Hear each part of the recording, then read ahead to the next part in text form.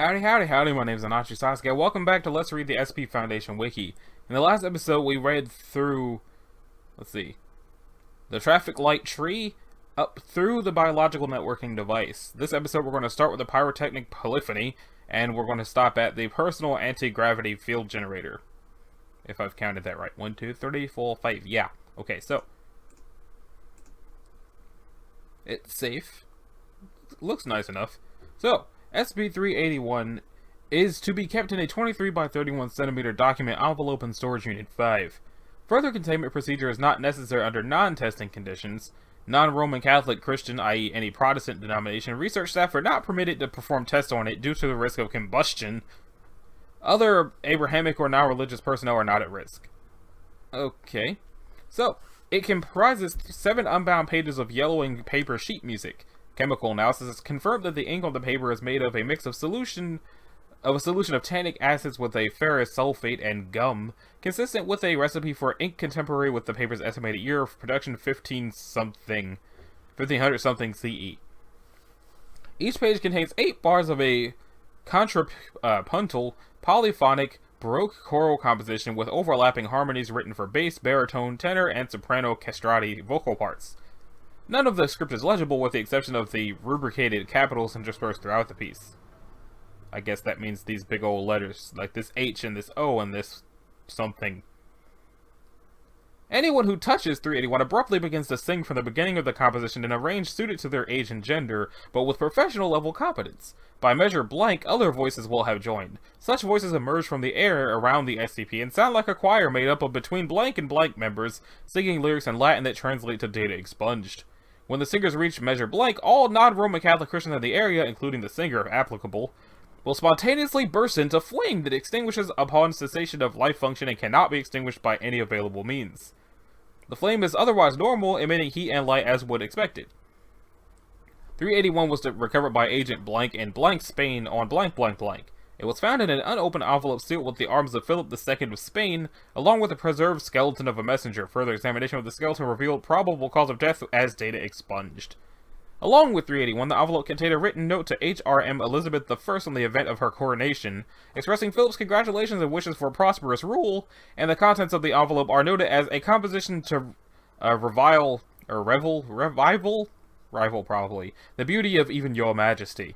The missive is dated the 28th of December, 1558. Addendum 1. Research in the Vatican archives by Dr. Somebody, with the help of Cardinal Someone Else, has revealed a work commissioned by Pope Paul IV matching the description of 381, though no mention of any unusual combustive properties is mentioned. The piece was commissioned from Italian composer Blankety Blank, who notably vanished after he data expunged. Although this information is largely irrelevant to the status of the SCP today, it is of great historical interest when framed in the politics of the Protestant Reformation and the Catholic Counter-Reformation. General Bo is obviously not the first to try to weaponize SCPs. Dr. Somebody. Now, which pope is that? Pope Paul IV. 1555, so no, not recent. Next up is Haunted Baby Carriage, which I want to say is safe if not Euclid. Okay then. Just after discovery and data expunged. So then, SCP-382-1 is to be stored in the standard site blank containment room inside a 1.5 by 1.5 by 1.5 meter plexiglass box of 5 centimeter thickness at minimum. A video camera is to be kept trained on it at all times, though this is merely for observational purposes. Due to the area of influence and deleterious nature of 382's effect, it should only be removed from its enclosure for testing purposes, with staff observing from a remote location. Okay, I want to see if I pronounced that right. Sorry. Is it going to tell me? Deleterious. Okay, it's deleterious, and also the fact that the audio for listening to that was the voice of a small child is fitting yet creepy. Okay then. It used to say, the manifestation of 2 has so far been confined to 1, and therefore requires no special containment procedures beyond those already in place for 1. See Addendum A. No personnel, disposable dues or otherwise, should interact with 1 for more than 2 hours unless accompanied by at least 1 armed agent. So, description. In its inactive state, 1 is a large baby carriage, manufactured in 19-something by something something and something of something England. Its age shows. Metal components are heavily rusted, the rubber of the tires is brittle, and the cushion is missing.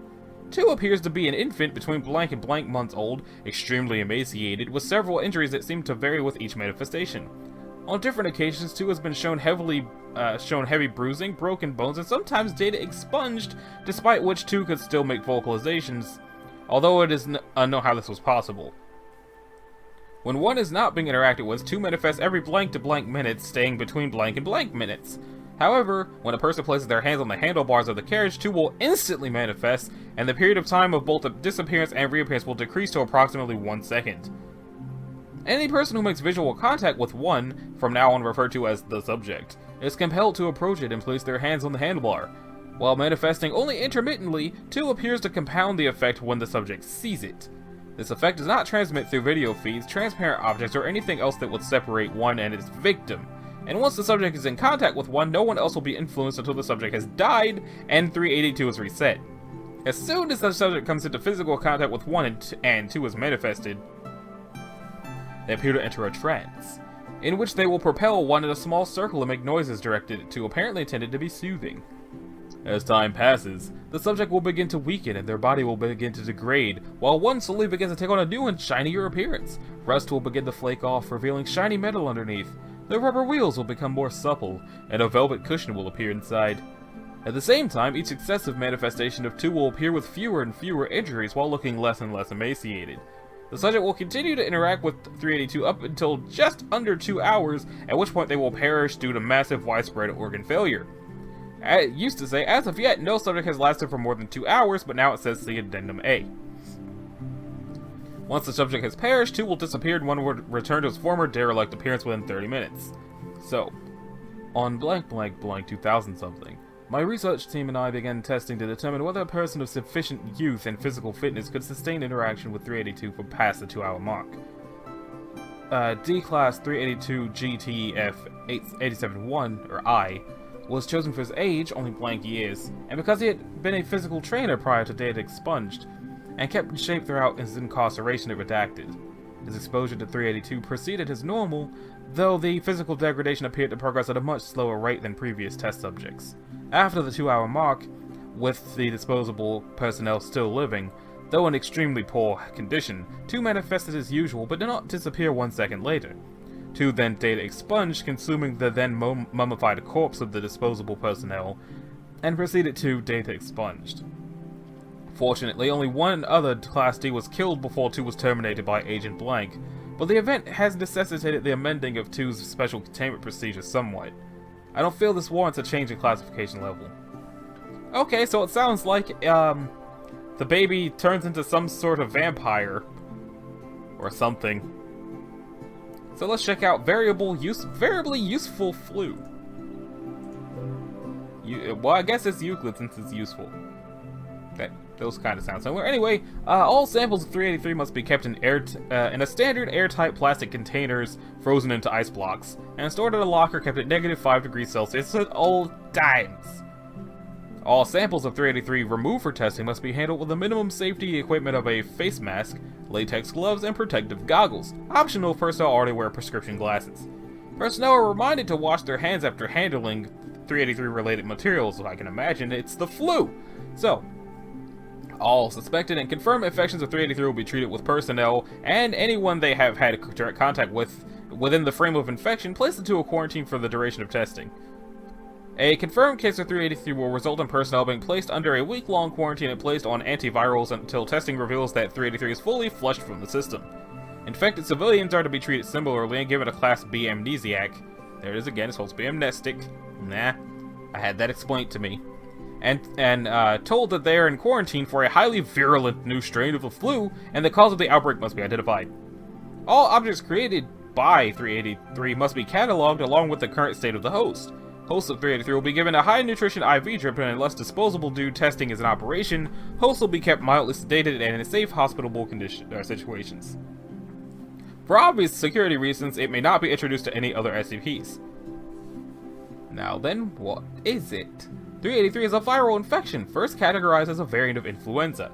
The initial symptoms of 383 are similar to those of the common cold, ranging through a variety of aches and pains, sinus issues, sore throat, upset stomach, causing coughing, sneezing, and fatigue. It was a few steps removed from being treatable with Pepto-Bismol. It appears to only be capable of infecting human hosts, but has been observed to be carried by other animals such as rats and pigeons. Dirty rats and also flying rats! Similar to a common infection, 383 will work its way through the human body naturally within a few days or faster with routine antivirals. However, 383 is also accompanied by extreme waves of nausea. Never mind, Pepto-Bismol. Along with bringing up the contents of the host's stomach, it appears to be capable of, through unknown means, producing random items. These items are always sized appropriately to the host's mouth, even if it appears infeasible for them to originate from the stomach, suggesting that these items are actually produced either in the mouth or throat. More often than not, they are useful, individually, to the host. For example, a host inside of a locked room may regurgitate a key, or a lockpick set, or a crowbar to pry the door open. While the results are far from consistent, the only pattern shown is that 383 always produces items of use to the host in one way or another. It has even been observed to create living animals and complex mechanical devices out of their mouths. Although 383 would seem to have great potential as a Foundation asset, it should be noted that these items do not spontaneously appear. Rather, they are created from biomass from the human body. Victims are prone to anemia, nutrition loss, bone damage, and severe weight loss depending on the fashion of items produced. Items that contain substances not found inside the human body are often replaced with similar substances or missing non-vital parts. Infections can also cause damage to the mouth and esophagus and a weakening of the immune system. Hosts have also been observed to have a risk of choking on any items produced by 383. Hosts of 383 also report some difficulty swallowing foods, and the relatively consistent nausea makes it difficult to consume or digest any foods or liquids, occasionally resulting in dehydration. Due to its highly virulent nature, occasional mutations can occur, resulting in strains that cause the host to regurgitate unsafe items, or substances such as boiling hot liquids or knives that injure or kill the host. Although other somewhat common strains include a similar effect to the parent virus, but manifesting its item creation abilities through fecal excretion instead. Ew. Extra risk may be taken to prevent further strains of it from developing, as a strain capable of infecting non-human entities or with an entirely fatal reaction could prove disastrous.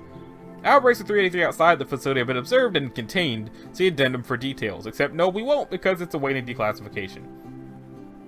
Next up is 384, Let Her In. It's safe though. It sounds really sinister, but it's safe. Sinistar! Containment Unit 77, located directly outside Site 19, houses the current manifestation of 384. It is said to be outfitted with standard Foundation recording devices and must be situated such that it cannot be considered part of Site 19.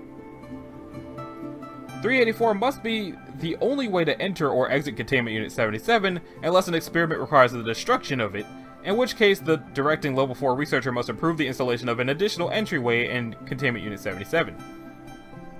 When used for experimentation, 384 is to be observed at all times via closed-circuit television. If remote observation fails for any reason, all personnel assigned to 384 are to be notified, and only personnel with permission from the supervising Level 4 researcher may enter Containment Unit 77. Personnel entering during the event of an observation failure must observe 384 at all times. Failure by any personnel to do so will result in a complete lockdown of Containment Unit 77 and Site 19 passageways leading to it, with normal operation to only resume at the overseeing Level 4 researcher's command. Offending personnel are to be severely reprimanded, probably terminated. During experimentation, only approved personnel may converse with one. Conversations must be broken into 1-minute intervals. Interviewers must pause conversation at the 1-minute mark, wait at least 30 seconds, and then resume conversation. As of March 22nd, 2000-something, all researchers experimenting with 384 must be accompanied by at least 2 armed guards. Personnel entering Unit 77 will be subject to a standard dangerous material search before being allowed entrance. SCP-384 is currently the access door to Containment Unit 77. 384 has a variable form. Any door installed in the same building as it can spontaneously take on its properties. This transfer will also occur if it is destroyed. When recovered from a raid on Marshall Carter and Dark Limited, I assume that's what that means, auction, 384 had been contained in a similar manner, with it isolated in a separate building with only one available door for it to inhabit. 2 conditions must be met for 384's effects to begin.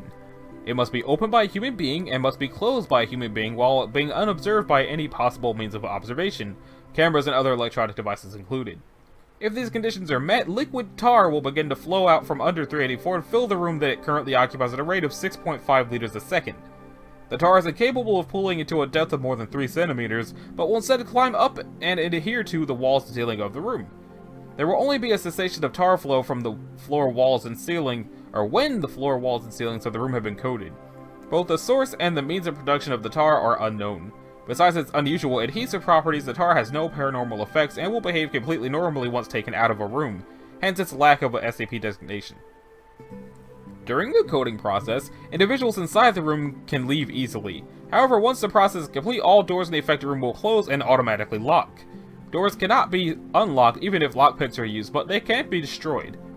The second stage of the effect takes place immediately after the conclusion of the first stage. Subjects who have not already escaped the affected room report the voice of a female human child, designated 1.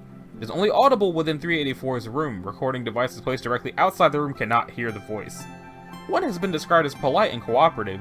It claims that its name is Blankety Blank, reported missing by her family in 1960-something. When asked about its current whereabouts, 1 will say that it cannot see anything or hear anything besides the interrogator's voice. 1 apparently knows nothing of 384 or its properties. An excerpt of an interview log is given below. Please describe your surroundings. It's dark, Doctor. I can't even see in front of my face. What are you seeing now? My current surroundings are fine, thank you very much. Is there anything else you would like to tell me about where you are? Sorry, Doctor, I don't really know how I got here. All I know is it's dark and I'm hungry and I wish I was at home. I'm sorry I can't tell you more. By this point, several experiments have been conducted using both the tar inside the room and 384 itself. These experiments included superheating the tar, reducing the entire room to a vacuum, and destroying select portions of 384. Did you observe any changes in your surroundings since the beginning of my interview? No, nothing. The only thing that changed was when I heard you start talking. Please come back soon. It's very dark in here. Thank you, that will be all. Despite the fact that any juvenile individual would express considerable distress if placed in 384-1's situation, 1 has been described as remarkably well adjusted by interviewing psychologists. Dr. Blank has remarked upon the unusual level of vocabulary and maturity that 1 possesses, and has suggested that it is possibly deceiving Foundation interviewers, though his hypotheses are but conjecture and should be regarded as such. If any individual maintains conversation with 1 for more than 1 minute and 44 seconds, 1 will request that they walk towards 384 and open it. Directions will never refer to 384 as a door or the exit, but instead as the light. Furthermore, 1 will gauge personnel's location relative to 384 by the sound of an individual's footsteps or breathing. Personnel who walk away from 384 apparently sound softer to 1. Once an individual is positioned directly in front of 384, he or she will be instructed to reach forward. At this point in conversation, most individuals report that 1 has taken on a pleading tone of voice. It is impossible to conventionally open 384 without otherwise damaging or destroying it, but individuals who at this point attempt to open 384 are accompanied by an abrupt explosion of data expunged. No recorded alternate dimensions correspond to the location observed through 384, though personnel who have been to the Los Angeles La Brea tar fields have reported similarities. Retrieval attempts have been deemed by Dr. F to be too risky, given that the only personnel lost so far have been D-class. 1 will express confusion at this event and will repeatedly ask why the light has vanished. Interviewers noted increased signs of distress after this event occurs. 12 minutes after the commencement of the second stage, 1 will cease talking and all tar will drain from the room. Addendum A. When asked for information about Marshall Carter and Dark Limited, 1 refused to answer. This is the only recorded instance of uncooperative behavior on 1's part. When the all-duty psychiatrist asked further, 1 revealed that Marshall Carter and Dark Lieutenant clients who expressed special interest were permitted to converse with it. 1 has refused to elaborate. PC somebody, captured during the same raid in which 384 was captured, was 1 such client. Psychological interviews report high levels of sociopathic and sadistic behavior. Given the previous activities of Marshall Carter and Dark Limited, Dr. F. Blank has assumed that all other clients expressing special interest are in a similar mental state as Mr. Somebody. The doctor has discouraged researchers under his command from pursuing this line of inquiry. Incident log. On March 22nd, 2000-something, Assistant Blank was interviewing 1. He was the only individual in the room. 2 minutes into the interview, Assistant Blank drew his sidearm and destroyed the recording devices in the room. Nothing said by either 1 or Assistant Blank at any time during the interview suggested that the latter was about to commit mutiny. Using a speaker installed inside Unit 77, on-site security commanded the assistant to stand down, and In response, the speaker was destroyed as well. An incident report received 30 minutes later revealed that Assistant C had broken containment of SCP Blank and stolen it. Based on SCP Blank's properties, it is surmised that Assistant Blank used the SCP to unlock and open 384. 15 seconds after the Assistant destroyed all surveillance devices in the room, large amount of tar began to flow out through 384 from Containment Unit 77. The pressure of the tar against 384 eventually tore it off its hinges, at which point the tar flow ceased. Interviewers report no change in one's behavior. SCP Blank has been successfully retrieved and recontained, and the containment of 384 re-established. Assistant Blank's corpse has not been found. One has been thoroughly tested for any possible telepathic or mimetic effects, but all research results have been negative. There's nothing to suggest that Assistant C, one of one's most frequent interviewers, acted out of anything but free will. Dr. S.'s proposal to reclassify 384 as Euclid has been denied. That was the best assistant researcher I've seen in years, and this is bullshit! Okie dokie. And that brings us on to... Oh wow, there's a living Lego coming up in the next episode, but that brings us up to the personal anti-gravity field generator, which is safe. So this is just a whole episode of safe with like one Euclid. So, SCP-385 is locked within a standard fireproof container at Storage Site 23. Experimentation with 385 requires written approval from any Level 4 researcher. After the incident outlined in Report 385-C, all further testing must take place in a facility located within 5 degrees of either of the Earth's poles. 385 is a waist-mounted harness crafted from heavily antique leather and brass. I almost said antiquated, but that doesn't have that many letters in it. A curled electrical cord connects a handheld push-button switch to the mechanism, mounted on the front of the harness, which itself contains a superfluous set of interlocking gears and colored LED light bulbs. The harness has sustained significant impact damage. A damaged engraving on the front of the mechanism reads, Special Edition 3 of Illegible and eligible by the factory. Oh geez. The factory. Also retrieved with 385 were a cardboard storage box and instruction manual. Both the box and manual features a retro art style reminiscent of 1950s science fiction pulp illustrations. The manual describes the harness as a personal anti-gravity field generator and contains simple illustrations on the proper use of the device. When operated according to instructions, 385 does create an energy field that counteracts the influence of outside gravitational forces upon the device and an individual wearing or holding it, as well as neutralizing their inertia. Measurements of velocity and direction with high-speed video cameras tentatively indicate that inertia is neutralized relative to the Sun as the inertial frame of reference. Research to duplicate this effect is ongoing, but the mechanical components of the device appear to be non-functional. The harness will still produce the anti-gravity effect even when all mechanical components beyond the activation switch are removed. Addendum. Except under strictly controlled conditions, use of this device is invariably fatal due to the speed of the Earth's rotation and revolution around the Sun. An individual removed from both the Earth's gravitational pull and momentum would either be flung into space or experience a fatal collision with an object blocking their trajectory, which will at least result in the device's deactivation to allow for retrieval. 385 was recovered from the room of a 13-year-old boy in blank blank shortly after what appears to be its first activation. It is unknown how many other 385 mechanisms may still be at large or how large the production run was. Interviewing the deceased boy's parents traced 385 to a downtown antique toy store where the device was purchased as a novelty. The store was found to be abandoned and had not been occupied for some time. Downtown residents do not remember the shop ever being open. Why is the factory so terrible? Why is the factory so terrible? In any case, that about does it for this episode. In the next episode, we'll be starting with the Eternal Fungus, going through the Living Lego, the Ultimate Frisbee, a Message in a Bottle, and the Ancient Death Ray.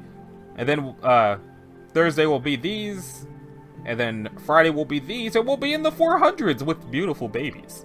Which sounds a little frightening. So, this has been Anashi Sasuke. This was episode 92 of Let's Read the SCP Foundation Wiki. If you liked it, a like and a subscribe would be groovy. If you didn't, you don't need to do either one of those things, and I will see y'all in the next one. Later!